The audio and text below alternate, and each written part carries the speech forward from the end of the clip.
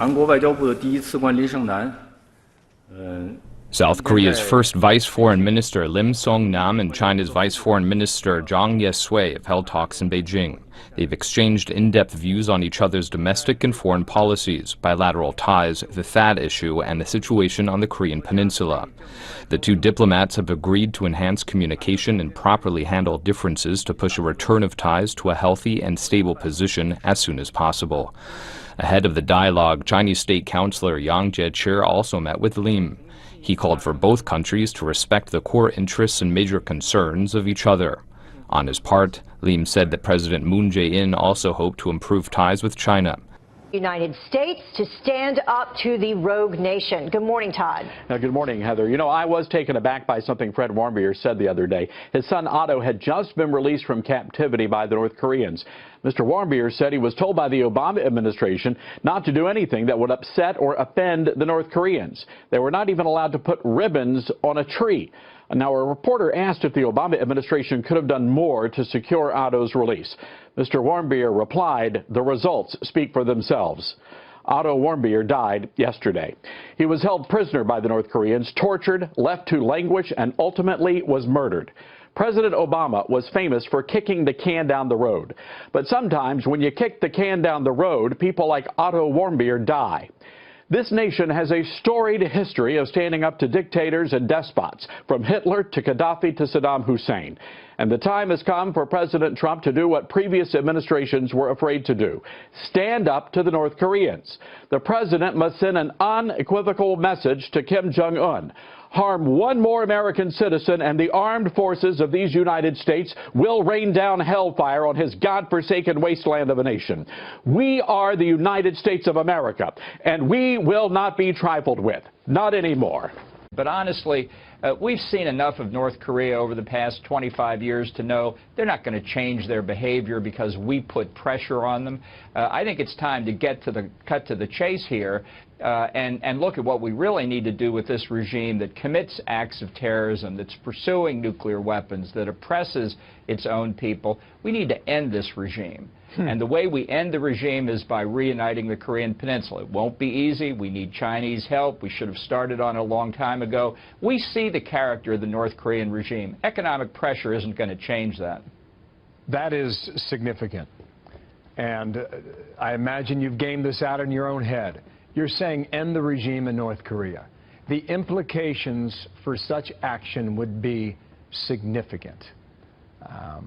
Well, I think we're under enormous time pressure. How would you do it? What are the contrails on that?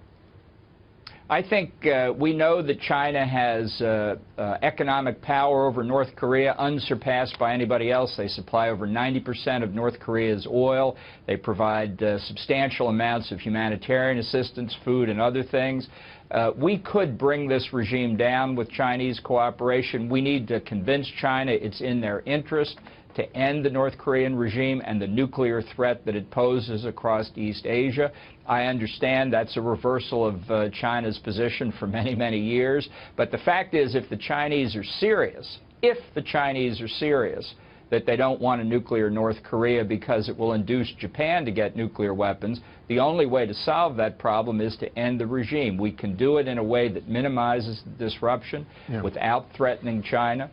We need to embark on that diplomatic effort now, because otherwise, in a very short period of time, the North Koreans will have the capability to drop. We all grieve for that family, and it demonstrates the savagery and the barbarism that's attached to that regime.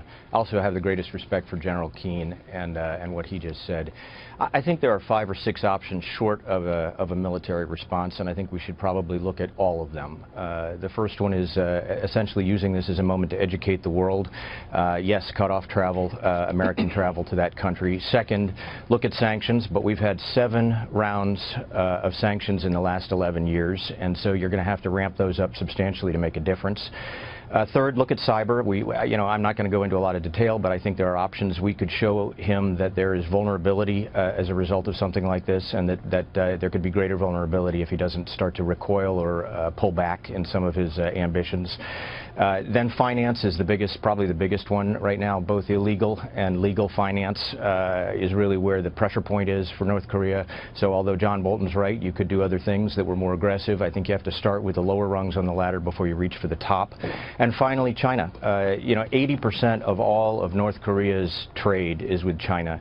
I think we need to stop China in its tracks and say, listen, you're complicit in this kind of activity. This is a small crisis within a much larger crisis, and while we work on ballistic missile defense and we work on our own military contingency options in case everything else breaks down, you, China, have a moral obligation, and this is what the Trump foreign policy has really been about, setting a new moral tone, creating international accountability. You have a moral obligation to weigh in with us to stop this regime from essentially spinning out of control, which is what it did when it murdered an American citizen. We have seen that the Trump administration is not afraid to change the direction of diplomacy. We saw that with the cruise missile attack in Syria, the shoot down of the Syrian fighter jet, more recently with the change in the relationship with Cuba. Are you advocating big change with North Korea?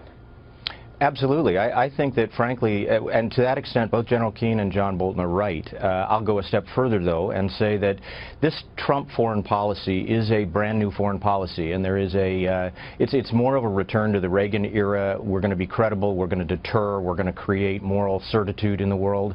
Bottom line is this foreign policy is defined by 3 or 4 things. One, bilateral trade relationships, clearly now Trump multilateral.